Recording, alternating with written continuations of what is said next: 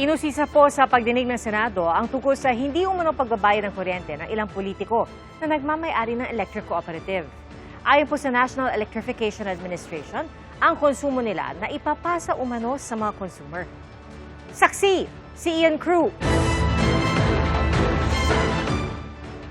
Panahon na para tanggalin na natin ang systems loss na pinapasa sa consumer. We, the people, we demand for the immediate amendment of the EPIRA.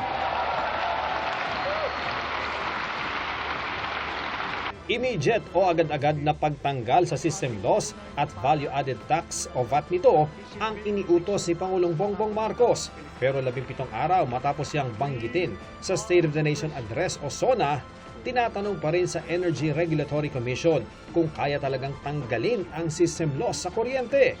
Pareho pa rin ang sagot ng ERC, kayang hadlangan ng non-technical losses tulad ng pagnanakaw sa kuryente, meter tampering o error sa bills. Is it viable? Is it really feasible? Yes, Mr. Chair, if we will further adjust the allowable cap for the non-technical system loss, they will be able to comply. Kinakausap na umano ng ERC ang Bureau of Internal Revenue o BIR kaugnay niyan. We have released the other day a draft resolution on the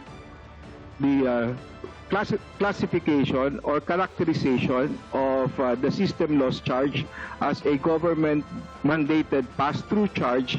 Pero maliit na porsyento lang ng system loss ang non-technical.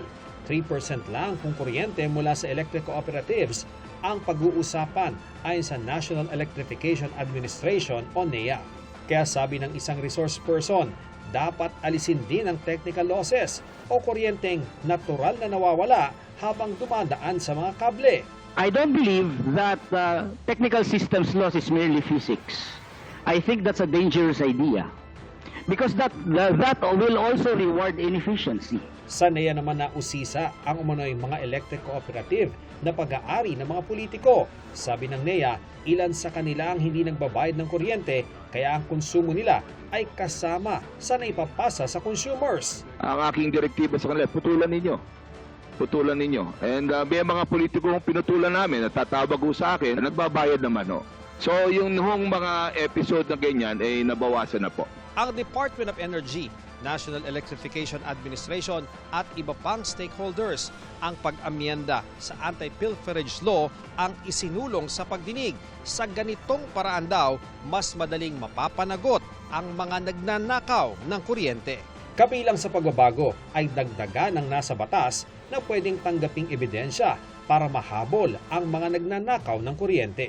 Our request to the body is for the revision of the anti-pilferage law where we have list down possible additional prima facie evidence of illegal connections which will give the DUs and the ECs more instances where they can request the assistance of law enforcement. Ako si Ian Cruz, ang inyong saksi.